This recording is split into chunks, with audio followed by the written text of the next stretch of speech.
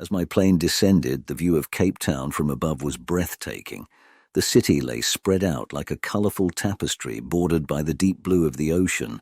Table Mountain stood majestically, a solid guardian watching over the city. I felt a surge of excitement. This was the beginning of my African adventure. I arrived at the backpackers' hostel in the heart of the city. The place buzzed with energy and life. Travellers from all corners of the world lounged in the common area, sharing stories and laughter. I checked in, my heart racing with anticipation. This was more than just a place to stay. It was a gateway to new friendships and experiences. That evening, I joined a group of travellers for dinner. We sat at a long wooden table, a mix of accents and languages filling the air. The conversation flowed easily, stories from different countries weaving together. I listened, fascinated by the diversity of experiences. It was a reminder of how travel connects us, breaking down barriers and opening our minds. The next day, we planned a group trip to Table Mountain. The cable car ride to the top was an experience in itself, the city shrinking below us as we ascended. At the summit, the view was spectacular. Cape Town lay beneath us, the curve of the coastline stretching into the distance. We took photos, the wind tangling our hair, laughter echoing in the crisp air.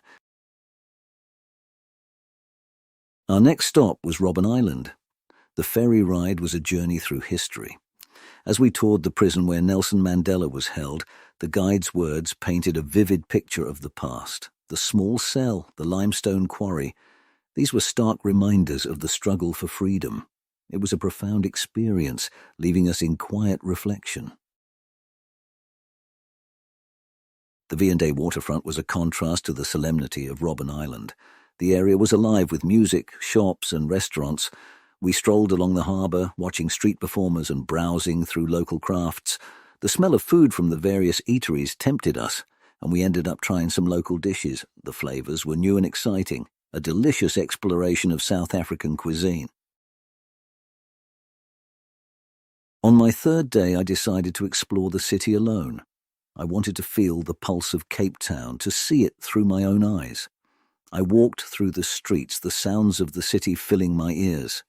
The architecture was a mix of old and new, each building telling its own story. However, my sense of adventure soon led me astray. I found myself in a neighbourhood far removed from the tourist trails. The buildings were run down, the streets quieter. I could feel the shift in atmosphere, a sense of caution in the air. I realised I had wandered into one of Cape Town's troubled areas. As I walked through the narrow streets, I felt a growing sense of unease. The vibrant energy of the city centre was absent here. Instead, there was a quiet resilience in the faces of the people I passed. I realized I was lost and decided to ask for directions.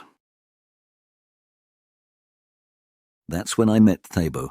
He was sitting outside a small cafe, his eyes reflecting a life of experiences. I approached him hesitantly, asking for directions back to the tourist area. Instead of just guiding me, Thabo offered to walk with me. As we walked, he began to share his story. Thabo had grown up in this neighbourhood. He spoke of his childhood, marked by hardship and challenges. His father had been a miner, his mother a teacher. They had struggled to make ends meet. Thabo had seen the best and worst of humanity in these streets. His story was a tapestry of pain, hope, and resilience. It was a side of Cape Town I hadn't seen in the postcards. Thabo's story stayed with me long after I returned to the safety of the tourist areas. That night, I lay in my hostel bed, thinking about the stark contrast of Cape Town. Beauty and the struggle, the wealth and the poverty, all coexisting in one city. It was then that I made a decision.